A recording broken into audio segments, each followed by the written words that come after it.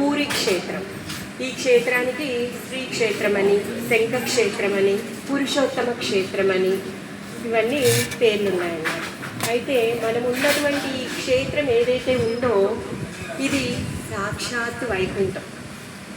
అదేంటండి, వైకుంఠంలో చతుర్భుజులు ఉండాలి, విమానాలు ఉండాలి, గొప్ప గొప్ప భవనాలు ఉండాలి, అవన్నీ మాకు కనిపించట్లేదు కదా అని అనుకుంటున్నారా? లేదు, అవన్నీ ఇక్కడ ఉన్నాయి. కాకపోతే అవన్నీ చూసే లెన్స్ మనకు లేవు.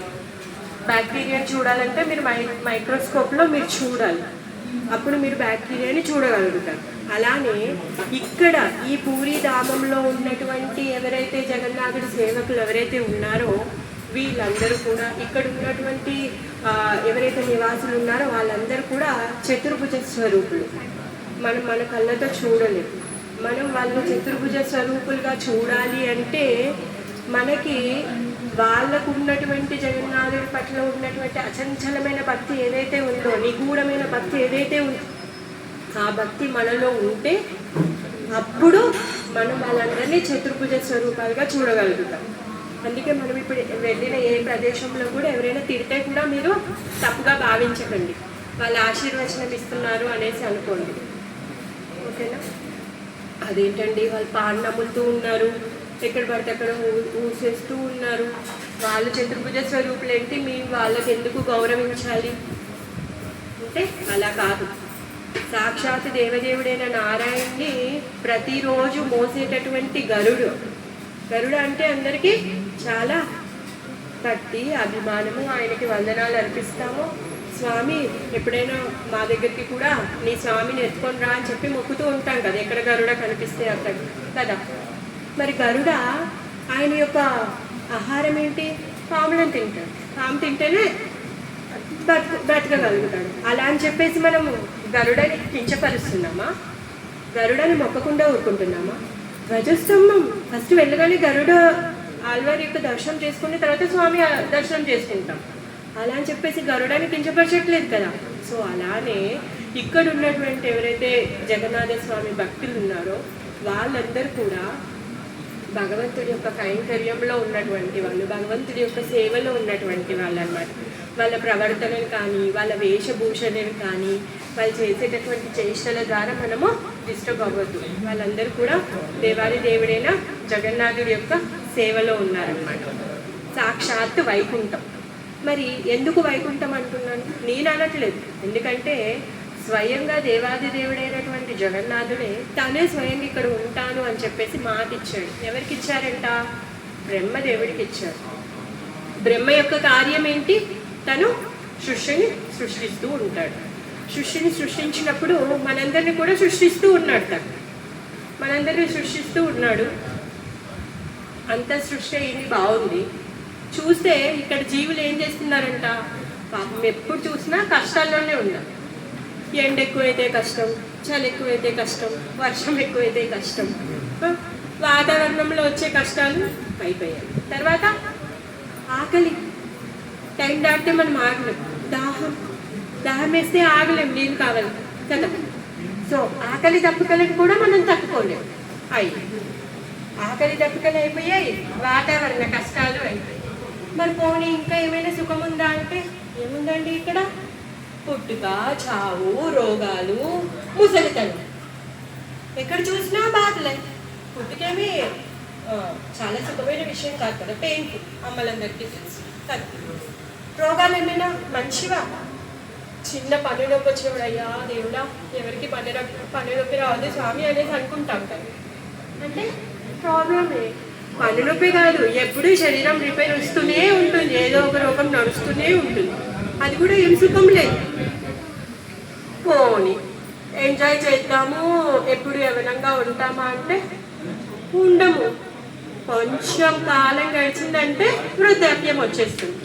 మరి వృద్ధాప్యం ఏమైనా సుఖమా? మాతాజీ వృద్ధాప్యం కాదు కదా. సో వృద్ధాప్యము సుఖం లేదు. పోనీ సరే అలానో ఇలానో బ్రతికేద్దాము అంటే మృత్యు వచ్చేస్తుంది. మృత్యు ఏమైనా సుఖమా? లేదే.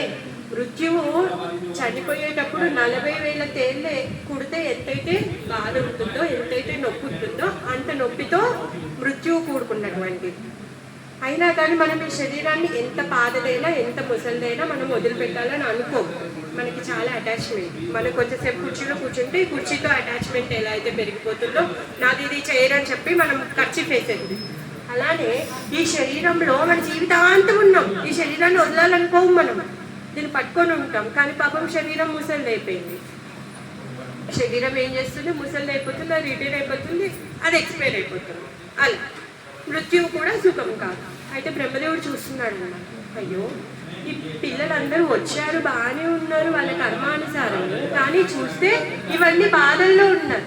మరి వాళ్ళకి ఉపశమనం కలిగించే వాళ్ళు ఎవరు, వాళ్ళకి ముక్తి కలిగించే వాళ్ళు ఎవరు అని చెప్పేసి బాధపడుతూ ఉన్నాడు.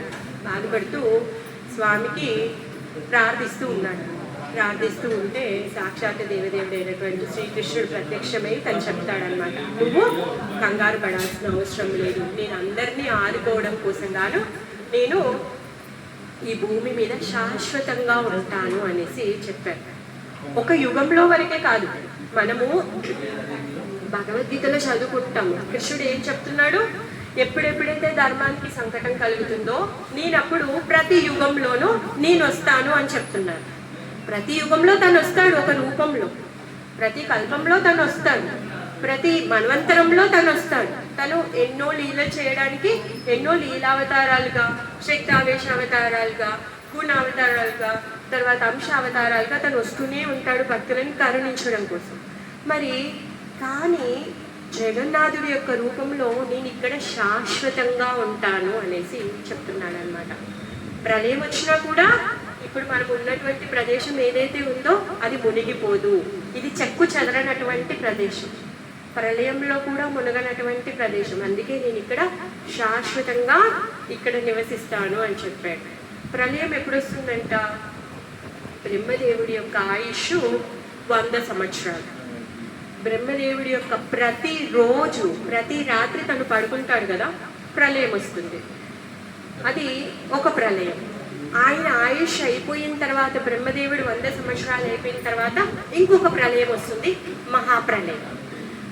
ఈ ప్రళయానికి ఆ ప్రళయానికి ఏం భేదం లేదండి, ప్రళయమే, ఏమీ ఉండదు, మొత్తము జలంతో నిండిపోతుంది.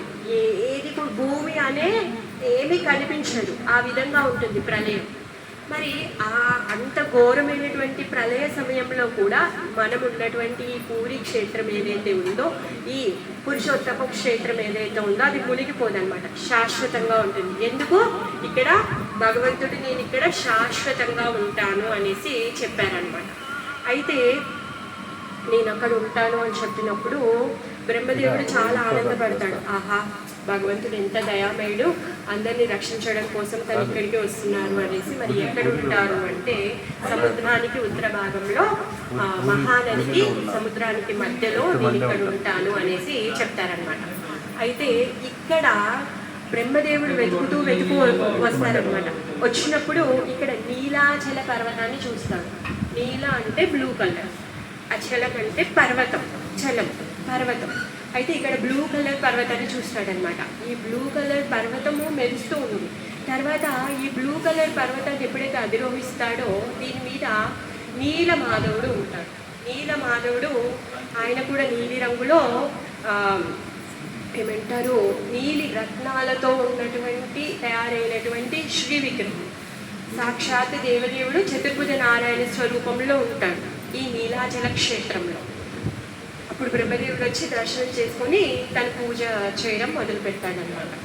ఆ విధంగా అయితే స్వామి ఏం చెప్తాడు అంటే, బ్రహ్మదేవుడి యొక్క ఆయుష్ 100 సంవత్సరాలు చెప్పాను కదా, 50 సంవత్సరాలు మాత్రము నీలమాధవుడి రూపంలో ఉంటారు. ఆయన 50 సంవత్సరాలు అయిన తర్వాత జగన్నాథుడి రూపంలో ఉంటారు. నీలమాధవుడు వచ్చేసి చతుర్భుజ స్వరూపం, శంఖచక్ర గదా పద్మధారి అయినటువంటి విష్ణు స్వరూపం. కానీ తర్వాత 50 సంవత్సరాల తర్వాత మనం ఇప్పుడు దర్శనం చేసుకునేటటువంటి జగన్నాథ స్వరూపంలో ఉంటారనమాట. సో మనము బ్రహ్మదేవుడి యొక్క 50 సంవత్సరాలు అయిపోయాయి, ఆయన 51 ఇయర్స్ స్టార్ట్ అయింది. ఇప్పుడు ఆ 51 ఇయర్లో మనం ఉన్నాం, 51 ఇయర్లో ఉన్నాం. అందుకే మనం ఇప్పుడు జగన్నాథుడి యొక్క స్వరూపాన్ని దర్శనం చేసుకుంటూ ఉన్నాం అన్నమాట. మరి భగవంతుడు ఏం చేస్తాడంట, పొద్దున్నే లేచి బద్రికాశ్రమంలో స్నానం చేస్తాడు, ద్వారకాలో రెడీ అవుతాడు, డ్రెస్సు మేకప్ వేసుకుంటాడు, హెయిర్ స్టైల్ అవన్నీ చేస్తాడు. తర్వాత లంచ్ పూరికి వస్తాడు, పూరిలో లంచ్ చేస్తారు. ఈవినింగ్ ఎక్కడ శయనం చేస్తారు అంటే శయన దర్బా, రామేశ్వరం నుంచి 70 కిలోమీటర్స్ శయన దర్బా. ఆ శయన దర్బాలో దివ్యదేశంలో ఒక పాత్ర అది, మీరు అక్కడికి వెళ్తే స్వామి పడుకున్నటువంటి స్వరూపాన్ని దర్శనం చేసుకోవచ్చు అనమాట. అక్కడ తను రెస్ట్ తీసుకుంటూ ఉంటారన్నమాట. ఆ విధంగా భగవంతుడి యొక్క హెడ్ ఆఫీస్ ఇదన్నమాట. ఈ భూమి మీద ఉన్నటువంటి అందరి జీవులని కాపాడడానికి, రక్షించడానికి, మన కంప్లైంట్స్ తీసుకోవడానికి, అన్నింటినీ కూడా మనల్ని కరుణించడానికి హెడ్ ఆఫీస్ అయిన ఆఫీస్ ఏంటి అంటే జగన్నాథుడు. అందుకే జగత్గా నాథ్. మనుషులకి నాథుడు లేడండి, పశువులకి నాథుడు లేడు. అలా అని చెప్పి ఓన్లీ కేవలం భారతదేశానికే నాథుడు అనలేదు, లేకపోతే పూరిలో ఉన్న వాళ్ళకే నాథుడు అనలేదు. ఆయన పేరేంటి? జగన్నాథ్. జగత్తులో పశువులు, పక్షులు, కీటకాలు, పర్వతాలు, చెట్లు, చేమలు, ఒక్క భారతదేశమే కాదు, మొత్తం విశ్వం, జగత్తంతా. జగత్తులో 14 లోకాలు ఉన్నాయండి. ఈ 14 లోకాల్లో ఉన్నటువంటి దేవతలకి, యక్షులకి, కిన్నరులకి, కింపురుషులకి, గంధర్వులకి, రాక్షసులకి అందరికీ కూడా నాథుడు. ఆ జగన్నాథుడు ఇక్కడ కూర్చున్నటువంటి జగన్నాథుడు, జగత్గా నాథ్. ఆ జగన్నాథుడి దగ్గరికి మనం ఇప్పుడు వచ్చాం. మరి ఈ జగన్నాథుడు దర్శనం చేసుకున్నారు కదా. ఈ జగన్నాథుడు ఇక్కడ ఎప్పుడైతే బ్రహ్మదేవుడు వచ్చాడు, నీలమాధవుడు దర్శనం చేసుకున్న తర్వాత ఈ నీలమాధవుడి దగ్గర ఒక రోహిణి కుండం ఉంది. ఆ రోహిణి కుండంలో చూస్తూ ఉంటే ఒక కాకి వచ్చిందంట. కాకి వచ్చి రోహిణి కుండంలో నీరు తాగింది. నీళ్ళు తాగగానే అది చతుర్భుజ స్వరూపాన్ని తీసుకుందన్నమాట. చతుర్భుజ స్వరూపాన్ని తీసుకొని వైకుంఠానికి వెళ్ళిపోతుందన్నమాట. పైనుంచి అదే సమయంలో యమధర్మరాజు ప్రయాణం చేస్తూ ఉన్నారు. యమధర్మరాజు ఆగుతాడు. అదేంటి? ఆయన న్యాయానికి అధినేత, ధర్మరాజు, అందరికీ ధర్మాన్ని రాసేటటువంటి వాడు, పని చేసేటటువంటి వాడు. తను కిందికి వస్తాడనమాట. కిందికి వచ్చి చూస్తాడు, అక్కడ బ్రహ్మదేవుడు కూడా ఉంటారు. అయితే బ్రహ్మదేవుడు ఇంకా యమధర్మరాజు ఇద్దరు కూడా లక్ష్మీ అమ్మవారితో మాట్లాడుతున్నారనమాట. లక్ష్మీ అమ్మవారు ఈ క్షేత్రం యొక్క మహిమని చెప్తుంది. లక్ష్మీ అమ్మవారు చెప్పినటువంటి క్షేత్ర మహిమ స్కంద పురాణంలో చెప్పబడింది అనమాట. అయితే తను ఏం చెప్తుంది అంటే, ఎప్పుడు కూడా ప్రళయం వచ్చినా కానీ ఈ క్షేత్రము మునిగిపోదు అని చెప్తుంది. ఈ క్షేత్రం మునిగిపోకుండా శాశ్వతంగా ఉంటుంది అని చెప్పడానికి అని చెప్పేసి మార్కండేయ ఋషి కథ చెప్తుంది బ్రహ్మదేవుడికి ఇంకా యమధర్మరాజుకి. ఎందుకంటే ప్రతి జీవి ఏదో పాపం చేస్తూ ఉంటాడు, తన యొక్క పాప ఫలితాన్ని అనుభవించడానికి యమలోకానికి వస్తూ ఉంటాడు, తన పనిష్ చేస్తూ ఉంటాడు కదా. మరి ఇక్కడికి వచ్చిన ప్రతి ఒక్కరు కూడా వైకుంఠానికి వెళ్ళిపోతున్నారే. అసలు మరి ఈ క్షేత్రం యొక్క మహిమ ఏంటి, ఈ క్షేత్రం ఏంటి ఆయనకు తెలుసుకోవాలని చాలా ఉత్సాహం కలిగిందనమాట. ఆ విధంగా లక్ష్మీదేవి చెప్తున్నారనమాట. ఏమంటున్నారంటే ఇది శాశ్వతంగా ఉంటుంది. ఎవరు చూశారంట? ఇది ప్రళయంలో, బ్రహ్మదేవుడి యొక్క రాత్రి సమయంలో వచ్చేటటువంటి ప్రళయంలో మునిగిపోకుండా శాశ్వతంగా ఉంటుంది అని మార్కండేయ ఋషి దర్శనం చేసుకున్నారంట. మార్కండేయ ఋషి గురించి చెప్తుందన్నమాట. మార్కండేయ ఋషి అందరికీ తెలుసు కదా, తను 7 సంవత్సరాలు 5 సంవత్సరాల్లో చనిపోతాడు. శివుడి కోసం తపస్సు చేస్తే తను 7 కల్పాల ఆయుష్ని తను పొందుతాడు. మరి కల్పము అంటే బ్రహ్మదేవుడి యొక్క ఒక్క రోజు. బ్రహ్మదేవుడి యొక్క ఒక్క రోజుని కల్పము అనేసి అంటారు అనమాట. సారీ, బ్రహ్మదేవుడి యొక్క ఒక్క రోజు కల్పం కాదు. బ్రహ్మదేవుడి యొక్క ఒక్క రోజులో 2 కల్పాలు ఉంటాయి, ఒకటి డే, ఒకటి నైట్ అలా. అయితే మరి బ్రహ్మదేవుడి యొక్క ఒక్క రోజులో 100 మహాయుగాలు ఉంటాయి. 1000 మహాయుగాలు ఉంటాయి. మరి మహాయుగము అంటే కలియుగము, ద్వాపరయుగము, త్రేతాయుగము, సత్యయుగము, ఈ 4 యుగాలను కలిపితే ఒక మహాయుగము అంటారు. ఇలాంటి మహాయుగాలు 1000 కలిపితే ఒక్కరోజు బ్రహ్మ. సో అలా తను 100 సంవత్సరాలు తను జీవిస్తారనమాట. ప్రతిరోజు ఒక ప్రళయం వస్తుంది. ఆ విధంగా మరి ఒక్క యుగంలో ఎన్ని సంవత్సరాలు ఉన్నాయంట? 4,32,000 సంవత్సరాలు కలిపితే ఒక్క యుగం. అంటే ఈ కలియుగం 4,32,000 సంవత్సరాలు. కలియుగానికి ఇంటూ 2 కలిపితే ద్వాపర యుగం, ఇంటూ 3 కలిపితే త్రేతాయుగం, ఇంటూ 4 కలిపితే సత్యయుగం. అంత పెద్ద కౌంట్. ఆ కౌంట్ ఇంటూ 1000 బ్రహ్మ 1 డే. అలా 7 కల్పాలు మార్కండేయ ఋషి తను జీవించి ఉంటారనమాట. బాగుంది. ఇప్పుడు లాంగ్ లైఫ్ అంటే అందరం ఎంజాయ్ చేస్తాం కదా, ఆహా కదా. మనం అందరం ఏమంటాం, ఎవరైనా ఆశీర్వదించేటప్పుడు దీర్ఘాయుష్మాన్ భవ కదా, లాంగ్ లైఫ్ కోసం మనం ఎదురు చూస్తూ ఉంటాం. మార్కండేయుడికి ఎంత పెద్ద లాంగ్ లైఫ్ ఉంది కదా. సో ఈయన హ్యాపీ. కాకపోతే ఆయనకు కూడా పాపం బాధలు వచ్చాయంట. ఏంటి అంటే ప్రతిరోజు బ్రహ్మదేవుడి యొక్క ఎండ్ ఆఫ్ ద డే ప్రళయం వస్తుంది. మరి ప్రళయం వస్తే తను ఉండడానికి ప్లేస్ ఎక్కడుంది? మొత్తం విశ్వం అంతా మునిగిపోతుంది. పాపము నీళ్ళతో నిండిపోతే ఆ నీళ్ళల్లో మార్కండేయ ఋషి కొట్టుకుంటూ వస్తున్నాడండి. ఎక్కడికి పోతున్నాడో తనకే తెలియదు.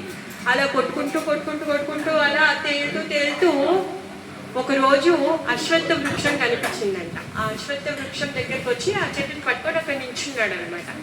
ఆ అశ్వత్థ వృక్షం చెట్టు కొమ్మలో కొంచెం వటపత్రశాయి రూపం చూశారు కదా. చిన్న పిల్లోడు ఆ వటపత్రం మీద పడుకొని ఉండి తన కాలు బొటన వెళ్ళి తన నోట్లో పెట్టుకుంటాడు. మీరు అందరు చూసే ఉంటారు. ఆ స్వరూపాన్ని దర్శనం చేసుకున్నాడు అనమాట మార్కండేయ ఋషి.